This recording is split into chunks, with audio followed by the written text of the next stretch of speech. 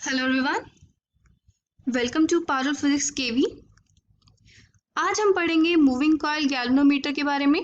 ये होता क्या है, हाउ डज इट वर्क। यहाँ पर मैंने शो किया है a schematic diagram of moving coil galvanometer और MCG. It is an instrument used to measure current in a circuit or to obtain null deflection point in a circuit। ये एक ऐसा instrument है जिससे हम बहुत ही माइनर वैल्यूज ऑफ करंट भी detect कर सकते हैं, या फिर अगर हमें किसी सर्किट में नल डिफ्लेक्शन पॉइंट चाहिए तो उसके लिए भी हम मूविंग कॉइल गैल्वेनोमीटर यूज कर सकते हैं। The principle is a torque is experienced by a coil placed in a magnetic field when a current is passed through it। ये हम प्रीवियस वीडियो में पढ़ चुके हैं कि अगर एक करंट कैरिंग कॉइल है उसको हम मैग्नेटिक फील्ड में रखते हैं तो उसके ऊपर टॉर्क लगती है। इसी प्रिंसिपल पे मूविंग कॉइल गैल्वेनोमीटर बेस्ड होता है। उस टाइम पे हमने डिस्कस किया था कि हम वहाँ पर एक यूनिफॉर्म मैग्नेटिक फील्ड लेते हैं, but in this case, in the case of moving coil galvanometer, you can see यहाँ पर मैग्नेट्स थोड़ी डिफरेंट शेप की हैं। ऐसी मैग्नेट्स को हम बोलते हैं radial magnets, because they have a different kind of magnetic field. अगर हम ऊपर से देखते हैं then this is the kind of magnetic field line pattern that you are going to see. Centre में हमारी ये कॉइल है which is wrapped around a cylindrical core. इस सिलेंड्रिकल कोर का काम यही है कि ये मैग्नेटिक फील्ड की वैल्यू को बढ़ा देता है। So it means even for a small amount of current in the coil there will be a greater deflection in the meter, or you can say there will be a greater torque on this coil। एक question बहुत common है, why radial magnets? Radial magnets ही क्यों use करी है? इसके लिए structure को समझते हैं। यहां से हमारा कॉइल में करंट एंटर कर रहा है and it's flowing like this. So एक करंट कैरिंग कॉइल के साथ एक magnetic dipole moment vector associated होता है which is given by n times I times area vector, where n is the number of turns, I is the current through each turn, and A is the area vector. This will be the direction of magnetic field vector. इसका मतलब इसके ऊपर torque लगेगी which is given by m vector cross b vector. Now I want my torque to be maximum and constant throughout. और हमारी torque maximum कब होगी? That is when the angle between m vector and b vector is 90 degree, mb sin 90। So ये condition क्या ये radial field satisfy कर रही है? Let's see. See, if this is the direction of current, then the magnetic moment vector, magnetic dipole moment vector associated with this coil will be in this direction। क्या इसके perpendicular में कोई ऐसा magnetic field line है जो exist करती है? Yes, we can see that magnetic field lines are existing perpendicular to this magnetic dipole moment vector as well. Radial magnets में हमारी इस तरीके की ही मैग्नेटिक फील्ड प्रोड्यूस होती है, और हमारा जो सिलेंड्रिकल कोर होता है वो किसी फेरोमैग्नेटिक सब्सटेंस का बना होता है, so that maximum magnetic field lines will go through it. तो हमेशा सरफेस पे मैग्नेटिक फील्ड लाइन परपेंडिकुलरली ही एंटर करती है। So I can see this line is entering perpendicular to this surface of the cylindrical core. So here the angle between m vector and b vector is 90 degree. Now मैंने इसमें से current जब पास किया तो ये जो कॉइल है वो रोटेट होगी, it will experience a torque. Let us suppose this is the new position of the coil, और ये इस पोजीशन में इसका मैग्नेटिक डायपोल मोमेंट वेक्टर होगा।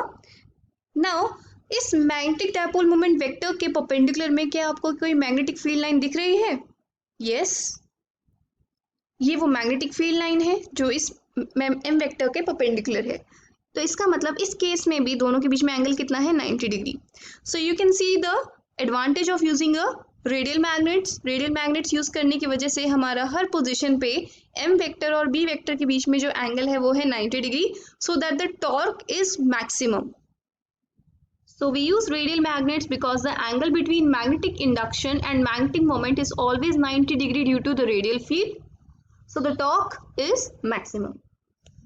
तो आप इस फिगर में देख सकते हैं कि जैसे ही कॉइल में से करंट पास करता है वैसे ही इसके ऊपर टॉर्क लगेगी, and there is a needle attach to it जो एक मीटर को पॉइंट करती है। ये हमारा स्केल है और हमें स्केल पे डिफ्लेक्शन शो हो जाता है।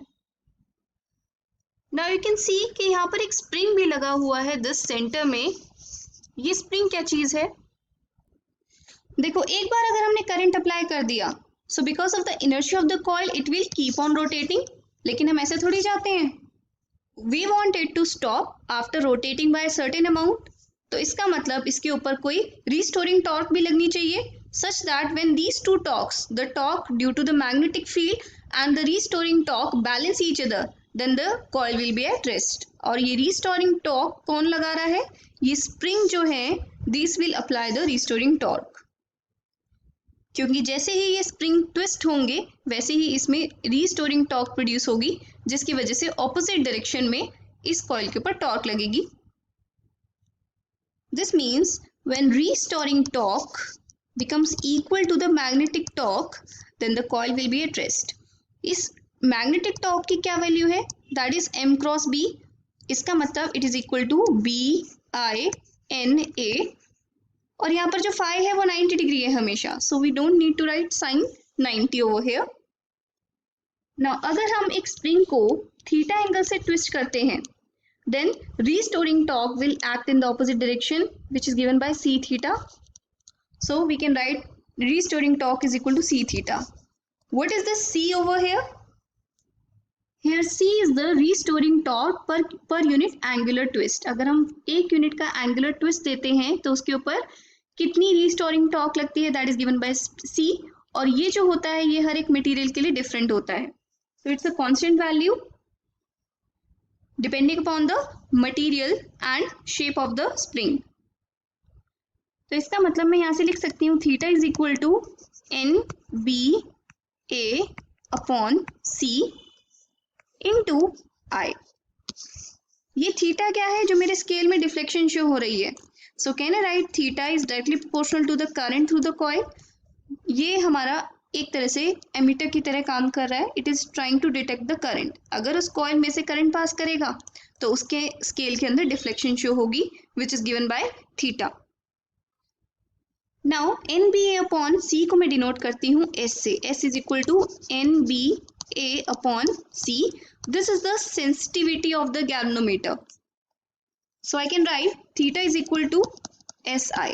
अब ये सेंसिटिविटी क्या होती है? इसका मतलब स्मॉल वैल्यू ऑफ करंट के लिए अगर हमारा गैल्वेनोमीटर लार्ज डिफ्लेक्शन शो करता है, इसका मतलब ये ब्रैकेट में जो टर्म है ये बड़ी होनी चाहिए. So we can say the galvanometer is more sensitive, that it can detect even very minute values of current as well.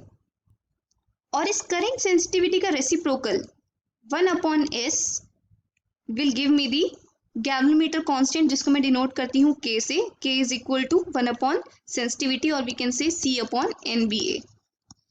इसको हम बोलते हैं galvanometer constant और reduction factor of galvanometer. So it means we can write I is equal to K times theta. इसका मतलब अगर मुझे scale में थीटा डिफ्लेक्शन शो हुई है, so I can multiply it with K to find the value of current in the circuit. आगे की videos में हम इससे रिलेटेड और क्वांटिटीज पढ़ेंगे, जैसे current sensitivity, and we will learn how can we convert a moving coil galvanometer into an emitter as well as a voltmeter. That's all for now. Have a good day.